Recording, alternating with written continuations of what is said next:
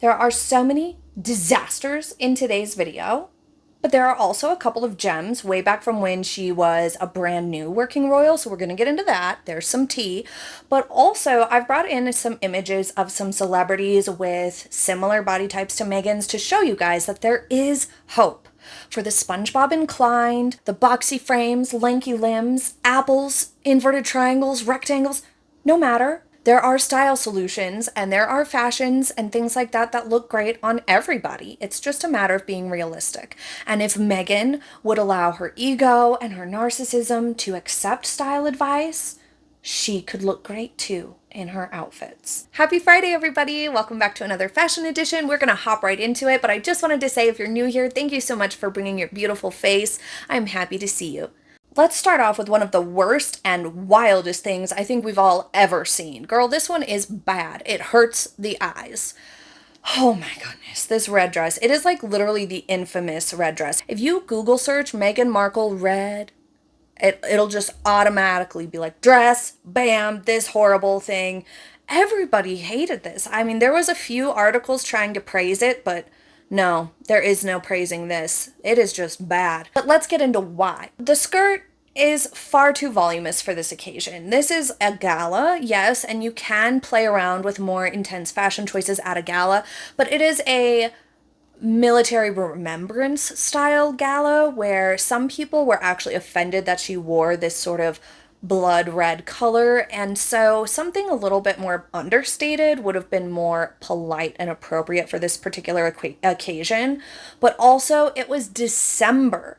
So again, we have her wearing something that doesn't make sense for the weather and the climate. This was in, I think it was New York City. It was somewhere on the East Coast, I believe. And so being sleeveless in winter is automatically going to look out of place and sort of dumb. But the inner skirt there, you can see, is puckering up along the lower tummy very badly. This bunching and billowing could have been fixed with tailoring, but it's also just a poor fit for her with the waistline. The location of the waistline is something you're going to hear a lot about today because she is just repeatedly hitting her waistline too high. And I have some excellent examples coming up to show you the difference between doing it right and wrong. Those boobs. Oh my God, y'all, a dart should just be a seam, just a single seam, like a line. It should not have this sort of weird fold that almost looks like an inverted nipple on the boob. It is insane, and it's purposefully shaped like bad origami. Like, I don't know who designed this, but it was the worst idea because it makes the boobs look saggy and dumpy and also yanked apart. But again, she has a wider body frame and she doesn't naturally have very large breasts, so her boobs are wider set than some. It's giving 60s pointy boobs, but worse. I don't know why anybody would want that. The deep V, it's not done well in my opinion. Paired up with the slit in the skirt, it's just creating a weird effect on the eye because you have these two lines coming to the center but not all the way, which draws even more attention to the bunching in the belly area because the slits kind of bring your eye to the stomach where there is all this poofing and billowing of the fabric, so it's just making her stomach look larger than it is. Also, the big voluminous skirt from the sides and whatnot is making her look wider than she is. It's almost like creating this weird butterfly effect of like, look at how wide I can be. This dress, my biggest complaint is that there's just too much happening. In fashion, you need balance, you need to edit, just like with every other creative and artistic situation, you need to edit yourself. It almost reminds me of like a 4-year-old's birthday cake where they want every single color, every single decoration, every single princess or superhero, and it just turns out looking like a messy, disastrous, confetti puke, and it's overwhelming to the eye. And that's what's going on here with this dress because there's not enough cohesion. It's like you need to pick one or the other. Either you're going to have a voluminous skirt and a simple top. Like, look at this Naomi Campbell. She is still an inverted triangle shape similar to Meghan Markle, but she is very tall, obviously. You can see with this beautiful gown that she has on, it is a statement even though it is simple because it has this huge voluminous skirt and it's a beautiful color. So it's all by itself enough. It doesn't need weird straps or slits or deep V's or back fat to make it look more interesting. It's nice. And also, this would have been a perfect option for Meghan.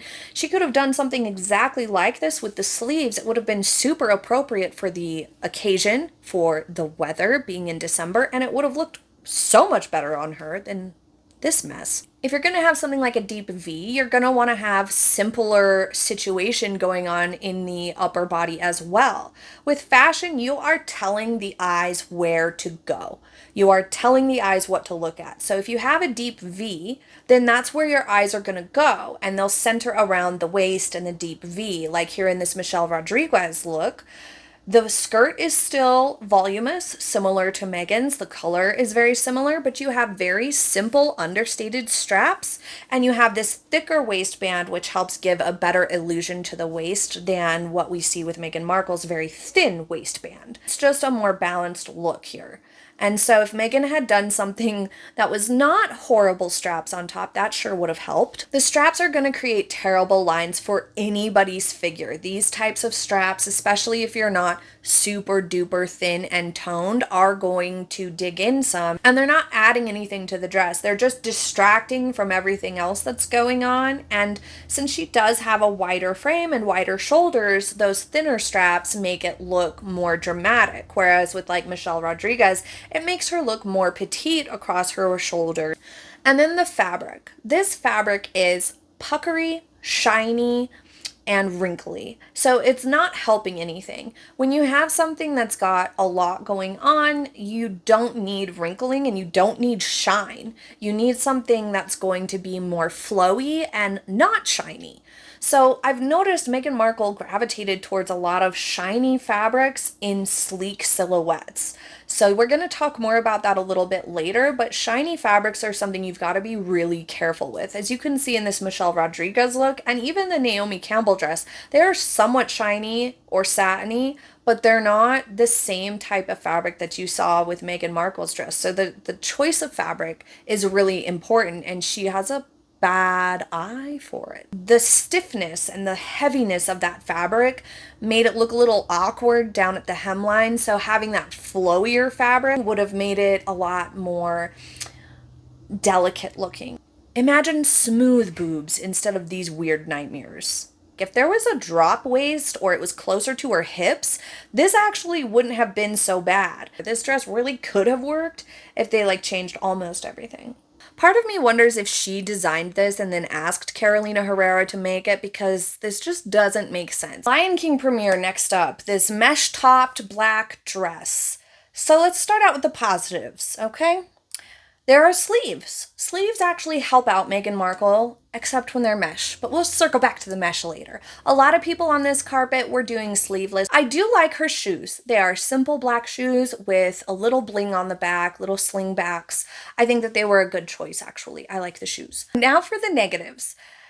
This mesh is just a horrible choice. Always. Mesh is not a good idea, especially if you're going to be photographed a lot, because it just doesn't photograph well. It moves a lot and it creates puckering and lines and things that look a little odd. And this is what I was speaking about with the shinier fabrics.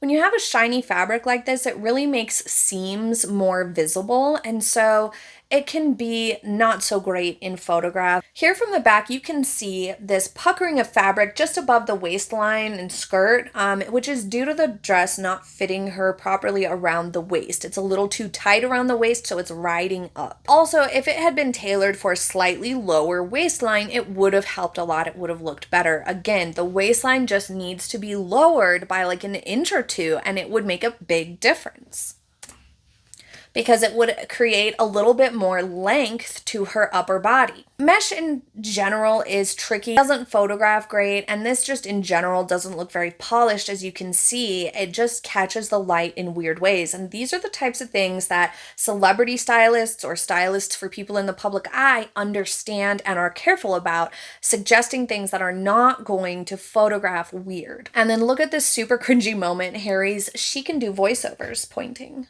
Ugh, my God. Have you ever cringed so hard in your life? From the front, The bulging of the chest is due to the wrong undergarments. I suspect she's wearing a padded push-up bra here, but she didn't for the fittings because it would cause this result of bulging in the back, front, and puckering. She probably decided she wanted some cleavage since there was a mesh panel across the top and wanted to push the girls closer together and higher up to give the cleavage that she was after, but this is going to make you look chubbier than you are unless your clothes fit properly and you don't have the bulge. Next week I have a video coming up where we're going to deep dive the undergarment problem that Meghan Markle has, so be sure to subscribe so you don't miss that. Let's take a look at some positives, shall we? My personal theory is that this was before she upset staff really early on in her time as a working royal. No attention to the waistline. Cheers! No visible undergarment situation. It can be done. The asymmetrical sleeves here actually draw the eye inward, which de-emphasizes her wider shoulders and wider frame. It's telling the eye to go inward. The color is great on her, and look at her hairstyle here. It is sleek and away from her face, which actually is slimming for the face. The cape and the dress are maybe a bit too long, but I would give it a pass because everything else is just fine. There's a slight puckering up here just below the neckline. That could be just due to movement, or it could be, again, that she wore a different bra for the fitting than she did for the outing. It also could be that the cape is dragging on the floor and so it's dragging it back against the shoulders. Also, there's a lack of spray tan in this one and in this one. Again, no undergarment show, no attention to the waistline. It's a great outfit. I love the color. Yellow is one of my favorite colors. The dress, you can see, hits her closer to the widest part of her calf, which eliminates the SpongeBob legs. And it's also not too voluminous of a dress. It's a very straight up and down type of dress, not quite bodycon, just slim cut, which again helps avoid bird legs because it's not coming out all giant by the skinniest part of her body. Again, we have sleek hair.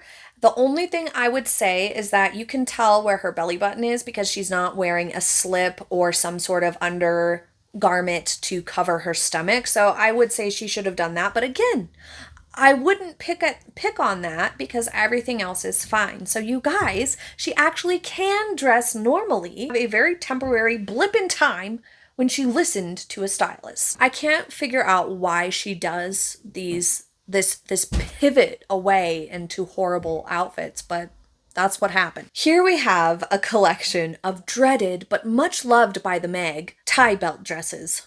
The big bulky shoes that are black just look heavy and weigh down the look, and they are out of place. If they were the same color as the dress, it would have been okay. I don't love bulky ankle-tied things in professional situations like this, but you know, if it matched the dress, it wouldn't be so bad. The problem is it does not match the dress at all, so it's not a good idea.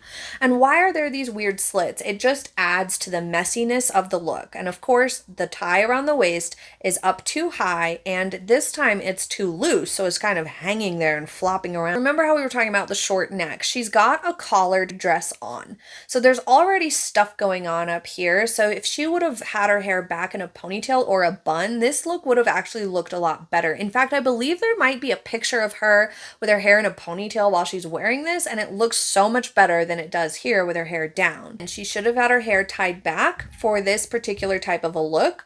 The sleeves are really one of the things that make these dresses look so sloppy. It's the sleeves and the belted waist.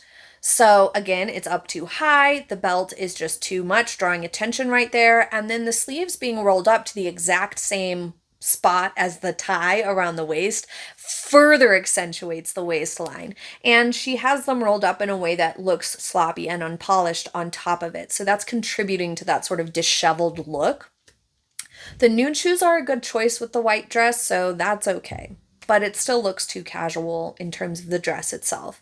The green one is the worst one. It's too tight, it's far too wrinkly, and again, a bun or a ponytail would have been much better. And look at, there's all these slits in here on this one, making it even shorter. Like, that's really unprofessional. I could see wearing one of these once during a tour, like one time, but it's just way too casual. Here on Michelle Rodriguez, yes, her pantsuit is very wrinkly, but you can see here by lowering that waistline how much longer her torso looks. Less fabric around the top, around those broader shoulders in proportion to her body really, really helps. As well as that dropped waistline, it's just a better silhouette for somebody with that sort of shape. Here in this champagne look, you can see that the waistline is placed lower, and also the skirt hits just above the ankle, which is a really great length for somebody with long, skinny legs. This is one of her best outfits ever. This is another one from really, really early on when she was still listening to the stylist for the most minute amount of time. This is a belt done right. This is a very thick belt, and it draws your eye to the bottom of the belt, which lands lower on her waistline than Meghan Markle ever puts belts now. This works because your eye travels downward. It's got a simple V-neck and then cap sleeves. Cap sleeves are great for people who have thin arms, toned arms, and lanky limbs, but also broader shoulders. The cap sleeve is a really great way to camouflage how wide the shoulders are and show off those toned arms without them being broad looking. So look, even Angelina Jolie rocks the cap sleeves here. And plus in this gray one, you can see that it's gathering just to one side. So the asymmetrical gathering to one side of her waist creates all these diagonal lines, which is really slimming for somebody with a more boxy shape. The skirt could have been hemmed just a tad higher, and I certainly would have stuck with a more tonal handbag and shoes, meaning something in the dark blue navy sort of category, or even just black would have looked better than these. But it was probably like Meghan Markle's doing this to spite the stylist who did too good of a job on the dress. But it's a really great dress and the really great belt situation, so it can be done. You just need to place it lower and do thicker belts that are the same color or darker than the dress that you're wearing. Be sure to hit the bell icon and subscribe if you haven't already so you don't miss next week's Friday fashion edition. Thank you so much for watching all the way to the end. I appreciate you so much. I hope you have a beautiful weekend and a very happy day. I will see you next time, everybody. Bye!